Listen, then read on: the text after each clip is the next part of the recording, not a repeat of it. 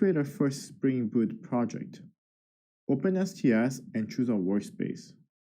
Our workspace is simply a folder where all your Spring Boot projects will live in. I create a folder called Spring Platform, and I chose that as my workspace. So I'm going to press OK now. Now this has OpenSTS in our workspace. I'm going to right click and choose Spring Starter Project. We're not choosing Dynamic Web Project anymore.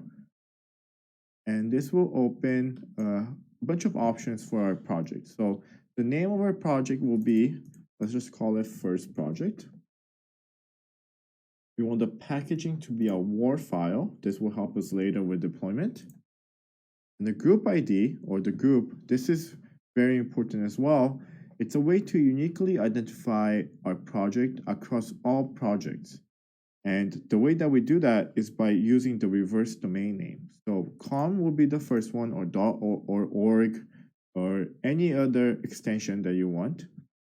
Then you want to use your company name. I'll put Coding Dojo as mine. For yourself, you could use your own name. And then you want to choose the name of the project, first project. Okay.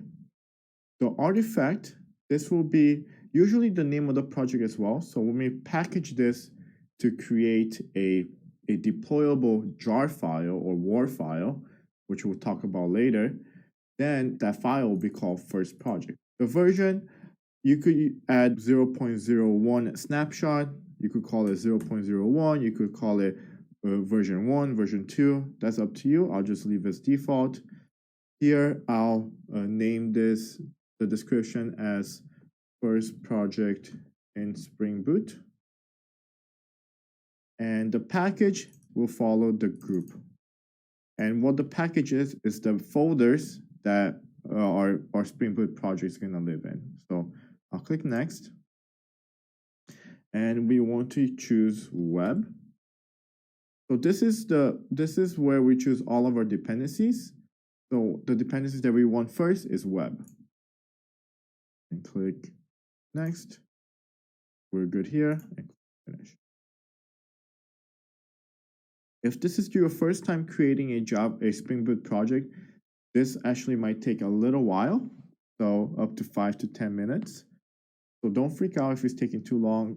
I already created a bunch of projects before, that's why it's a little faster. Now we're gonna go to the first project, run as Spring Boot app. This should turn on our server.